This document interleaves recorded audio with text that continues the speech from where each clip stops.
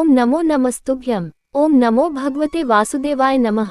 ज्येष्ठ मास की शुक्ल पक्ष निर्जला एकादशी की हार्दिक शुभकामनाएं। आज इस वीडियो में आप लोग जानेंगे कि एकादशी व्रत के क्या क्या नियम है। विधिवत जानकारी इस वीडियो में दी जाएगी, लेकिन इस जानकारी को देखने के लिए आपको फुल वीडियो को देखना होगा। अगर स्किप कर दोगे तो कोई नियम आप समझ नहीं पाओगे। वीडियो बनाने में बहुत मेहनत लगती है।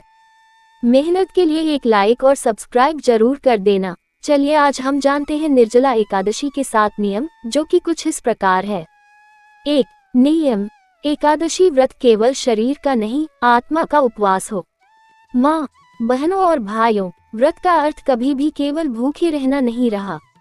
एकादशी व्रत का सबसे गहरा रहस्य यह है कि यह आत्मा को शुद्ध करने का माध्यम है।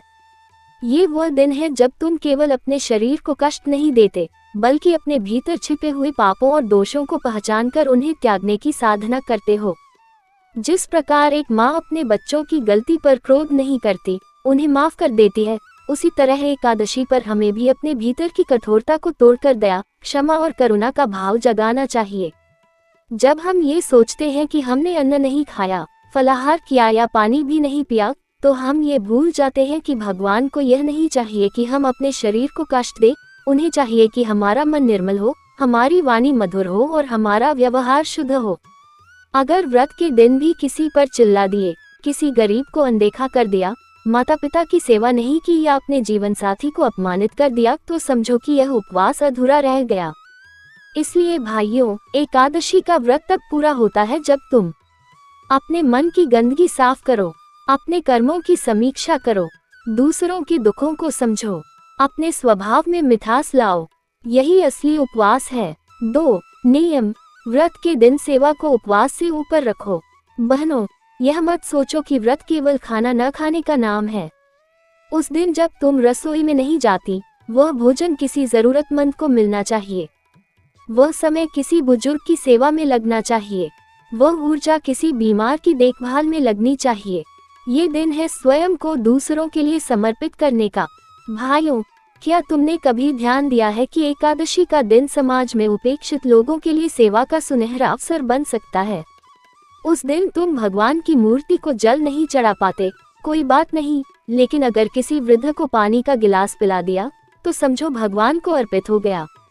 जो लोग एकादशी का व्रत करते हैं, उन लोगों से मेरी करबद्ध प्रार्थना है, प्लीज आप लोग मेरी बातों को ध्यान सुने और मेरी कही हुई बातों को अपनाएं। जो दाम्पत्य जीवन इस निर्जला एकादशी का व्रत करता है और उसके साथ साथ अपने वृद्ध माता पिता की सेवा भी करता है, उन्हें धन की कमी नहीं रहती। उनके सिर पर हमेशा सास ससुर का आशीर्वाद बना रहता है। अपने अंदर भाव से किसी को कलह ना दो, किसी को दुख ना दो, किसी को भूखे ना मारो। इस व्रत का बस एक मुख्य यही उद्देश्य है, वह तो सबसे धन्य है। व्रत के साथ साथ अपने सास ससुर की सेवा भी करता है, तभी पूरा फल मिलता है। यदि तुम्हारे सास ससुर भूखे हैं और तुम भगवान को भोग लगा रही हो, भगवान कभी उसे भोग को स्वीकार नहीं करेंगे। और यह कैसा व्रत हुआ? बस सिर्फ निर्जला एकादशी का एक यही महत्वपूर्ण बात है कि आप इसमें जो दी गई जानकारी उसी हिसाब से आपको करना है। आप हमेशा व्रत रहते हैं। श्री हरि जी कहते हैं कि अगर जरूरतमंदों की जो लोग सेवा करते हैं, उन्हीं को हम फल देते हैं। यदि तुमने उस दिन अपने माता पिता के चरण दबा दिए, तो वह आरती बन गई। अगर तुमने उस दिन एक भूखे को रोटी खिला दी, तो वह प्रसाद हो गया। माँ, तुमने जब भी उपवास किया, उसके पीछे भाव था कि मेरे बच्चों को कुछ मिले, उन्हें दुख न हो। अब वही भाव हमें भी दूसरों के लिए अपनाना होगा, वरना एकादशी सिर्फ एक परंपरा बनकर रह जाएगी। 3 नियम, व्रत का सबसे बड़ा कार्य अपने दोषों की हत्या। भाइयों और बहनों, भगवान विष्णु की पूजा एकादशी पर तभी सफल होती है जब हम उनके शत्रु यानी अपने दोषों को समाप्त करें। क्या फायदा उस पूजा का जिसमें तुम दिखावे से भरे हो, दूसरों से ईर्ष्या करते हो, अपनों से झूठ बोलते हो और हर बात में अहंकार झलकता है।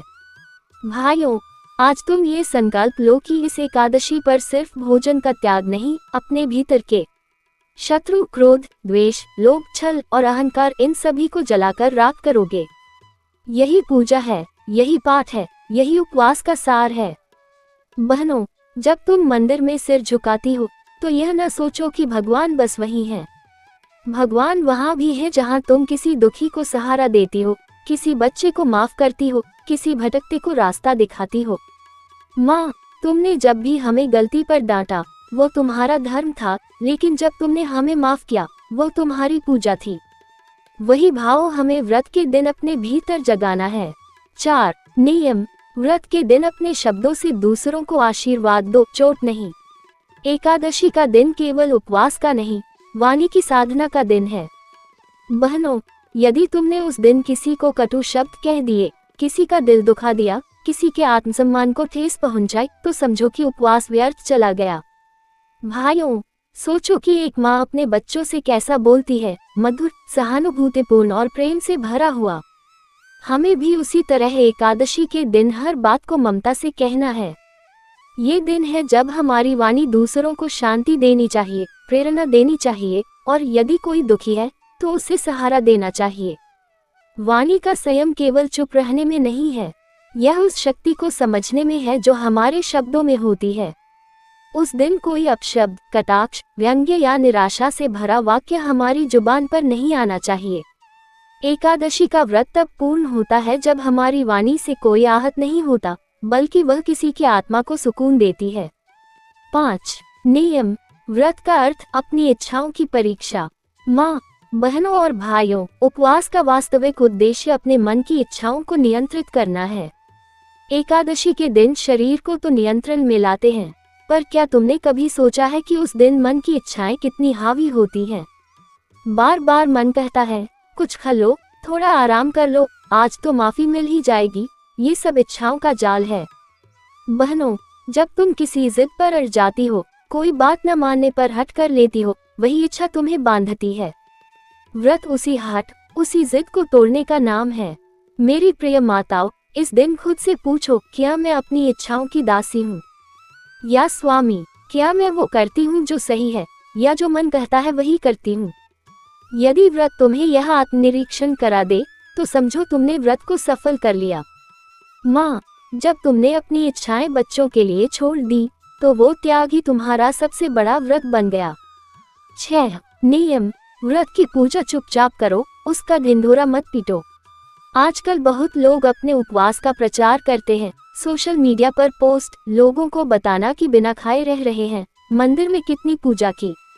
लेकिन एकादशी व्रत का सबसे पवित्र नियम ये है कि यह तुम्हारा और ईश्वर के बीच का एक निजी अनुबंध है। बहनों, उस दिन अगर तुमने सबको यह जताया कि तुमने कितनी कठिन तपस्या की है, तो उसमें अहंकार की गंध आ गई। भाइयों, अगर तुमने सबके सामने ये कह दिया कि मैं तो व्रत में भी इतना काम करता हूँ, तो तुमने पूजा को बर्बाद कर दिया। माँ, तुमने जब भी उपवास किया, तुमने कभी यह नहीं कहा कि तुमने क्या क्या सहा। यही तुम्हारा धर्म था, अब वही धर्म हमें सीखना है। व्रत का नियम है, जो किया वह चुपचाप किया जाए, बिना घमंड के, बिना दिखावे के, केवल श्रद्धा और प्रेम के साथ।